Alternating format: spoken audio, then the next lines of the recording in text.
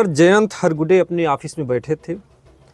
एक युवक कांपते हुए थाने में जाता है और कहता है कि सर, मुझे गिरफ्तार कर लीजिए, हमने अपनी पत्नी का कत्ल कर दिया है। इंस्पेक्टर उसका मुंह देखते हैं और भौचक्के से रह जाते हैं कि आखिर यह कैसा कातिल जो खुद थाने में आकर कह रहा है कि हमने अपनी पत्नी का कत्ल कर दिया है। दोस्तों नमस्कार। जैसा कि आप सभी लोग जानते हैं कि हमारे देश में तमाम बियर बार चलते हैं, तमाम कोठी चलते हैं, तमाम वेश्याएं हैं। लेकिन जो भी वेश्या हो या बार गर्ल हो, जो भी लड़कियां होती हैं वो कहीं विदेश या बाहर से नहीं आती हैं। इसी हमारे तुम्हारे गांव समाज से मजबूर लड़कियां होती हैं। इसमें दो क्वालिटी की होती हैं। एक तो जाती हैं कुछ अपने शौक़ को पूरा करने के लिए, कुछ का सपना होता है कि हमें फिल्मी हीरोइन बनना है, हमें एक सुंदर कार, एक सुंदर बंगला चाहिए। तो कुछ लड़कियां तो इस तरीके के सपनों को संजोते हुए इस दलदल में फंस जाती हैं और कुछ बेचारी इस तरीके की मजबूर होती हैं जिनके पास अगर भाई नहीं होता है तो माँ बाप बूढ़े होते हैं, उनके इलाज के लिए, उनके खाने पीने के लिए उनके पास पैसे नहीं होते हैं। तो कुछ लड़कियां ऐसी मजबूरी में इस घिनौने दलदल में फंस जाती हैं। हम आज कहानी बता रहे हैं एक ऐसी ही लड़की की जिसकी शान शौकत थी कि हमें, जिसका सपना था कि हमको फिल्म में हीरोइन बनना है, हमारे भी पास अपना खुद का बंगला हो, खुद की गाड़ी हो और गाड़ी को चलाने वाला एक नौकर हो। हम बात कर रहे हैं किरण उर्फ सीमा, जो कि बंगाल की रहने वाली थी, लेकिन उसके माँ बाप मुंबई में रहते थे, वहाँ पर फ्लैट लेकर, इसलिए उसका पूरा जीवन वहीं पर पैदा भी हुई और बम्बई में उसका जीवन ख़त्म भी हो जाता है। जैसा कि आप लोग जानते हैं कि मुंबई को माया नगरी भी कहा जाता है। वहाँ पर बड़े बड़े स्टार, बड़े बड़े हीरो हीरोइन जो भी हैं, सब बड़ी बड़ी हस्तियाँ मुंबई में रहती हैं। जो व्यक्ति जब तक मुंबई नहीं जाता है उसको ये लगता है कि हम मुंबई चलेंगे, बहुत ऐशो आराम करेंगे। लेकिन आज का जो माहौल है, बढ़ती हुई बेरोजगारी इस तरीके की मुहबाएं खड़ी हुई है कि जो भी जाता है तमाम परेशानियों में घिर जाता है। ऐसे में बात आती है सीमा की। सीमा का जो पढ़ने में मन नहीं लगता था, वो सोचती थी कि हम फिल्मों में हीरोइन बने। इसके लिए उन्होंने पहले काम शुरू किया डांस का। वो एक गुरु थे, उनके पास जाती थी, डांस सीखती थी। डांस सीखने के उपरांत इससे छोटा मोटा काम मिल जाता था स्टेज शो का, इससे कुछ पैसे मिल जाते थे। इससे इसका हौसला और भी बढ़ा। इसके बाद कुछ दिन ऐसे बीतता गया, लेकिन इसका शौक था कि हम ज़्यादा से ज़्यादा पैसा कमाएं। ऐसे में एक दिन उसकी मुलाकात होती है, एक बार गर्ल थी प्रिया, जो कि उस गर्ल जो बियर बार था उसकी मेन लड़की थी और उसी में काम करती थी। उससे जब मुलाकात होती है तो ये अपनी भावनाओं को उससे बताती है। कहते हैं कि एक महिला से अपने दुख सुख की बातें जो है बड़े आसानी से कर लेती है। सीमा भी अपनी बात प्रिया से बताती है। प्रिया ने कहा कि देख, ये मंजिल पाना तो आसान नहीं है, हीरोइन बनना इतना आसान काम भी नहीं है।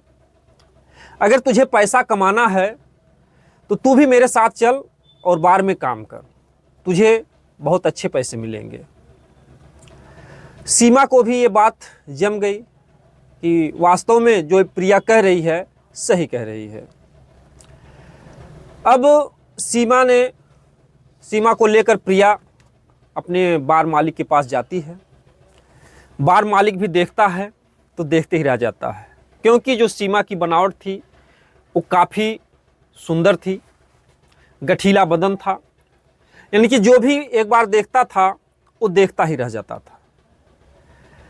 बार मालिक से प्रिया कहती है कि ये भी यहाँ पर काम करना चाहती है, इसको भी यहाँ पर नौकरी दे दीजिए। बार मालिक बोला ठीक है, कोई बात नहीं है, इसकी मर्जी है, आज से ही रहे, नहीं तो कल से आए। तो सीमा भी अपना जो है जाती है। तो आप लोग जानते हैं कि बार में जो होता है, एक ड्रेस जो होता है, जो भी नाइटी होती है, इस तरीके की होती है कि उसमें से लड़कियों के आधे बदन दिखाई पड़ते हैं। और उसी को देखने के लिए उसमें जो भी रईस घर के लोग होते हैं, जो भी परदेश में रहते हैं, अपनी बीबी बच्चों को छोड़ करके परदेश अपना जीवन बिताते हैं, ऐसे लोग मनोरंजन के लिए बार में जाते हैं, बियर पीते हैं, साथ ही साथ जो है लड़कियों को देखते हैं, उनके साथ अपना हंसी मजाक का भी सिलसिला चलता रहता है। ऐसे में सीमा जब उस ड्रेस में आई तो उसका जो निखार था और भी बढ़ गया। और वहाँ जो भी ग्राहक थे, जो पुराने ग्राहक थे, वो नए नए ग्राहकों को लेकर के आने लगे। ऐसे में जो बार मालिक था, उसका जो इनकम था वो पहले की अपेक्षा दोगुना हो गया। तो ऐसे में वो क्या किया, बार मालिक जो है सीमा को बुलाता है और उसको 5,000 रुपये का इनाम देता है। कहता है कि सीमा, तुम्हारे चलते हमारे बियर बार में जो है ग्राहकों की संख्या बढ़ी है, और ले तू इनाम, और मैं तेरी तनख्वाह भी जो है वो मैं डबल कर देता हूँ। इस तरीके से सीमा को और भी खुशी हुई, उसको और भी हौसला मिला। अब चूंकि उसको पैसों की ज़रूरत थी, पैसे आने लगे। अब बार में वो क्या करती, अपना सज धज के अपना नाचती थी, ग्राहकों को अपना जो भी पदार्थ होता था ले जाने के लिए, खाने पीने के लिए देती थी, अपना उसमें स्टेज बना था, उसमें नाचती थी। नाचते समय तमाम ग्राहकों के बीच में जब जाती थी, वहाँ से उतर कर इनाम के लिए जब पैसे लेने जाती थी, तो तमाम ग्राहक उसके हाथ पकड़ लेते थे, तमाम उसको ज़बरदस्ती हाथ पकड़ करके किस कर देते थे। ऐसे में सीमा को ये बात तो बुरी लगती थी, लेकिन मजबूरी थी, उसको भी नौकरी करनी थी, क्योंकि अगर ग्राहक नहीं खुश होंगे तो जो मालिक है इसको नौकरी से निकाल देगा। तो इस मजबूरी में ग्राहकों के इस जख्म को सहती थी, लेकिन मन में वो सोचती थी कि चलिए कोई क्या कर रहा है, जो कुछ भी देख रहे हैं, छू रहे हैं, इससे हमारा क्या जा रहा है। लेकिन मन में उसका जो था, विचार था कि हम अपना किसी से शारीरिक शोषण नहीं कराएंगे। और कुछ तो ऐसे भी ग्राहक होते थे जो ज़बरदस्ती पैसे जो है उसके ब्रेजरी में ज़बरदस्ती डाल देते थे, 100-100 के नोट, 500-500 के नोट, जो भी आशिक होते थे अपना डाला करते थे। ऐसे में एक दिन एक ग्राहक था, वो जैसे ही उसके सामने पहुंचती है, वो हाथ पकड़ के झुका लेता है अपनी तरफ और सीमा से कहता है, बताओ कितना लोगी। सीमा कहती, पहले मेरा हाथ छोड़ो। वो हाथ नहीं छोड़ता है। ऐसे में सीमा गुस्से में कहती है, हाथ छोड़ो, नहीं तो मैं भी हाथ उठा दूंगी। ऐसे में वो ग्राहक डर जाता है और उसका हाथ छोड़ देता है। बात उस दिन की तो बीत गई, लेकिन जैसे दूसरे दिन वो लड़की सीमा आती है, जो बार का मालिक था, मैनेजर था, वो अपने ऑफिस में बुलाता है। कहता है कि सीमा देखो, अगर यहाँ पर रहना है तो जो भी ग्राहक हैं, जो भी उनकी मन्नतें हैं, उसको तुम्हें पूरा करना पड़ेगा। अगर तुम्हें मंजूर है हमारे बार में रहो, नहीं तो यहाँ से चले जाओ। क्योंकि कल एक ग्राहक शिकायत कर रहा था कि हमने लाख कोशिश की, लेकिन जो है सीमा हमारी बात को नहीं मानी। सीमा भी कहती है, ठीक है सर, कोई बात नहीं है, मैं आपका बार छोड़ दूंगी, लेकिन अपना जिस्मानी धंधा नहीं करूंगी। सीमा वहाँ से उस दिन घर पर लौट आती है और मुंबई जैसे शहर में, जो कि जिसे माया नगरी कहा जाता है, काम के लिए बहुत जगह जाती है, दर दर भटकती है। उसको ऐसे में 10-15 दिन बीत जाते हैं, लेकिन उसके मन मुताबिक कोई भी काम नहीं मिला। अब इधर रोज थी आदत पैसों के खर्च करने की। जो भी पैसे उसके पास 2-4, 6, 10 हज़ार, 20 हज़ार बचे थे, वो पैसे ऐसे घूमने टहलने में खर्च हो गए। अब सीमा का जो पहले का समय था, जैसे पहले अपने मन को मसोस के रह जाती थी, कोई भी वस्तु लेने की इच्छा कहती थी तो नहीं ले पाती थी, उसी तरीके से इसके पास फिर पैसे का तनाव होने लगा। फिर रात में सीमा सोई थी, उसकी आंखों से नींद गायब थी। वो मन ही मन सोच रही थी कि आखिर मैं क्या करूं। फिर उसने अपने मन में फैसला किया कि क्यों ना हम फिर से उसी बार में चले और काम करें।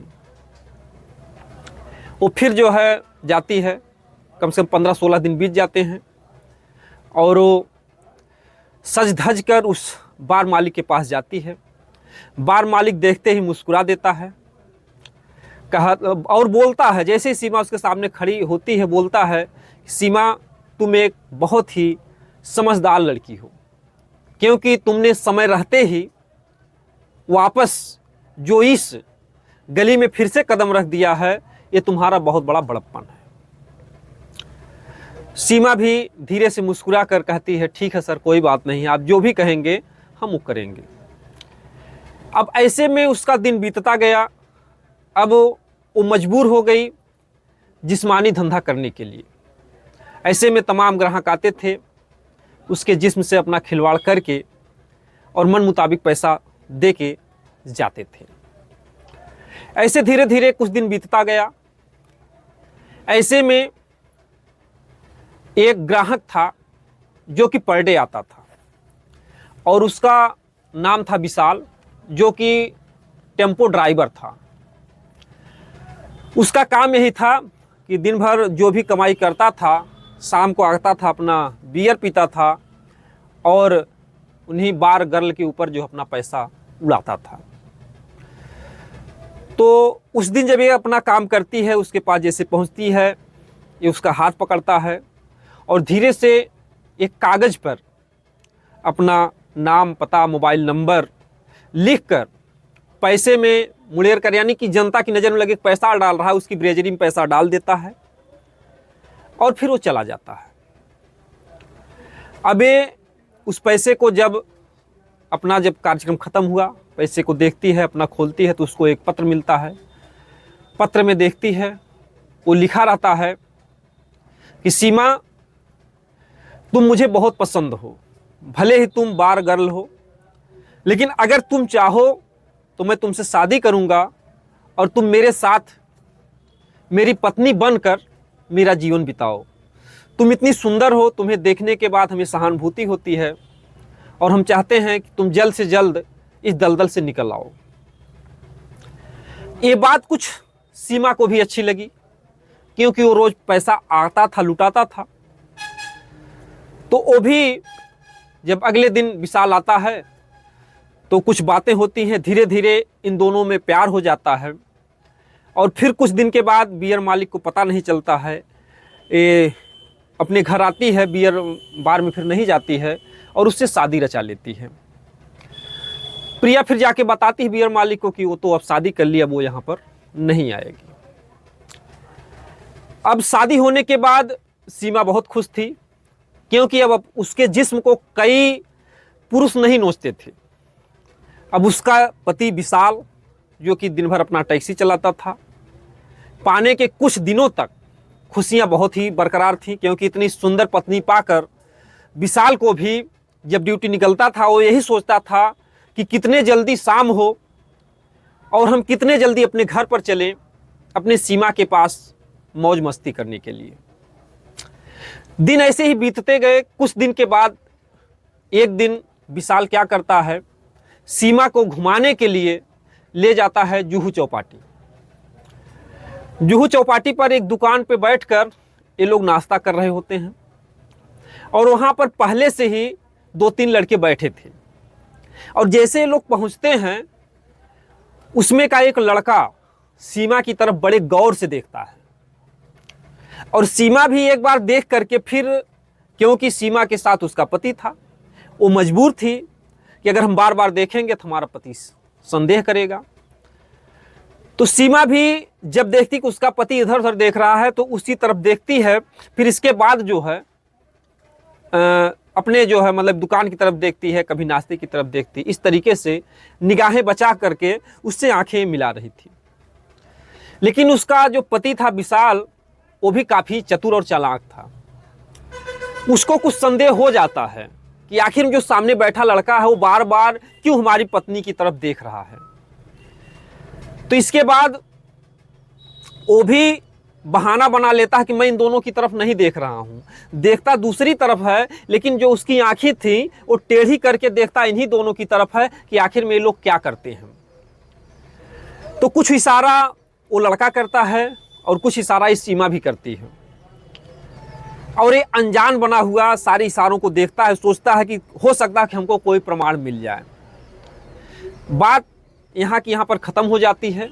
इसके बाद सीमा और विशाल दोनों जाते हैं घर, और घर जाने के बाद इसके दिमाग में एक बहुत बड़ी हलचल होती है विशाल के, और वो सीमा से कहता है कि सीमा ये बताओ कि जो लड़का तुम्हारी तरफ बार बार देख रहा था वह कौन था?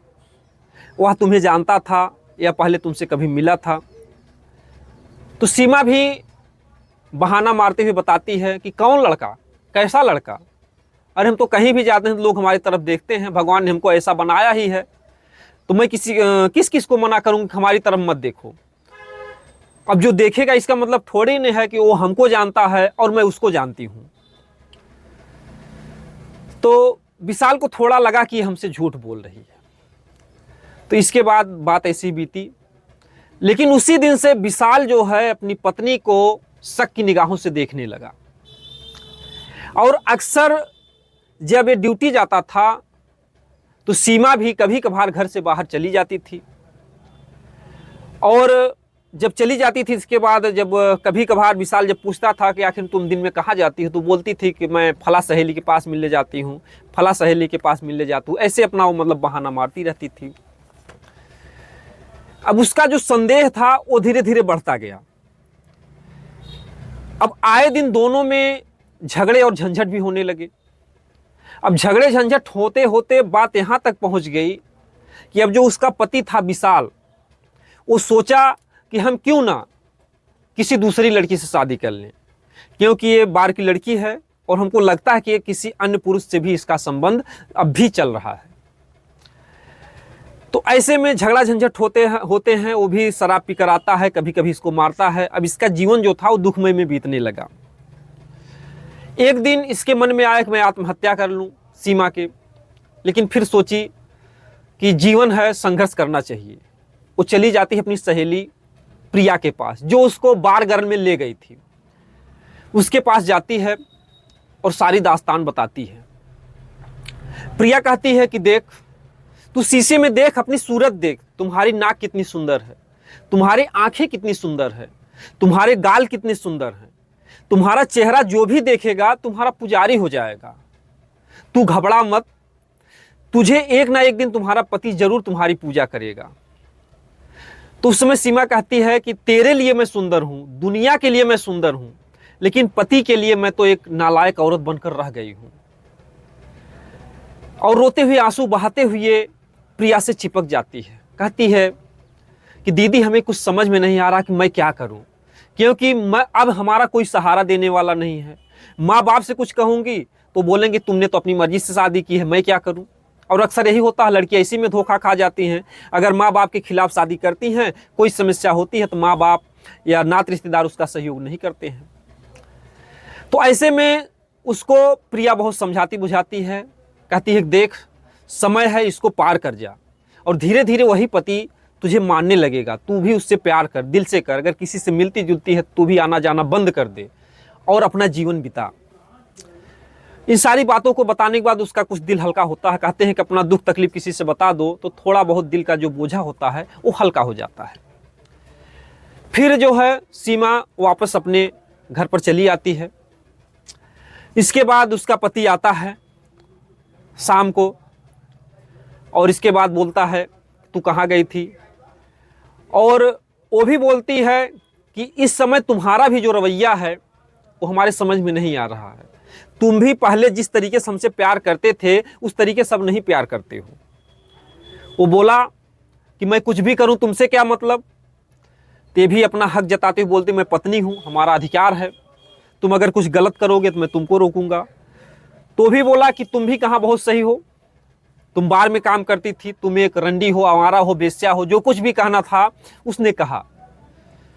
तो इसने भी कहा कि तुम तो हमें बेश्या ही समझ कर लाए हो, तुम ही ने तो पहले प्यार का इजहार किया।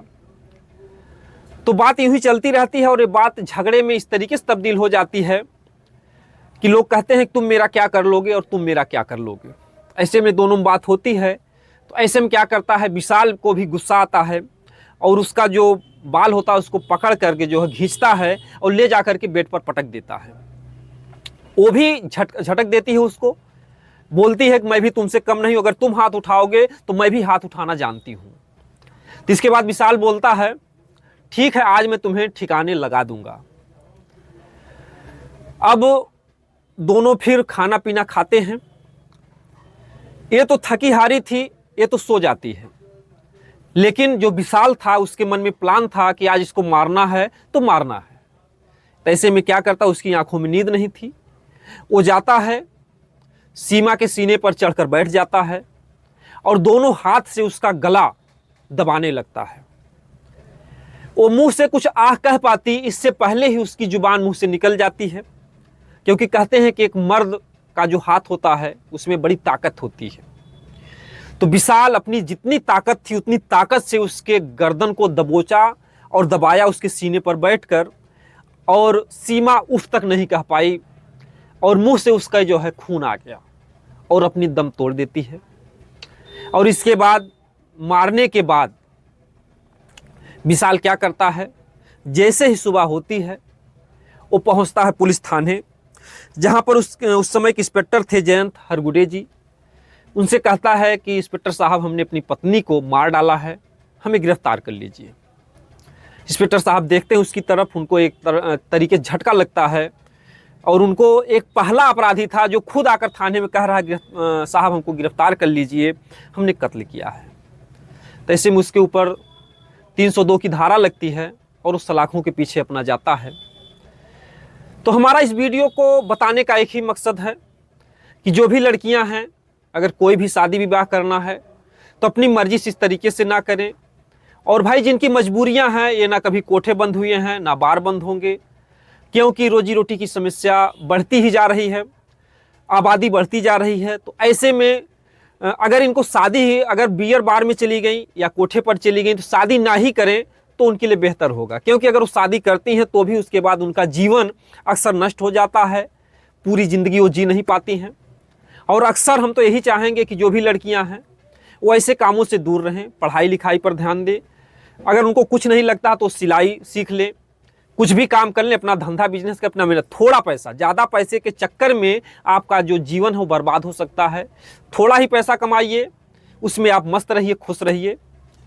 और बाकी हम उम्मीद रखते हैं कि आप जो भी हमारे इस वीडियो को देख रहे हैं उनको हमारी इस कहानी के माध्यम से एक नई सीख मिलेगी। और हम इसी तरीके से जो भी कहानियाँ होंगी समाज के हित में, हम ऐसी कहानियों को लाते रहेंगे। और तब तक आप लोग खुश रहिए दोस्तों। जय हिंद।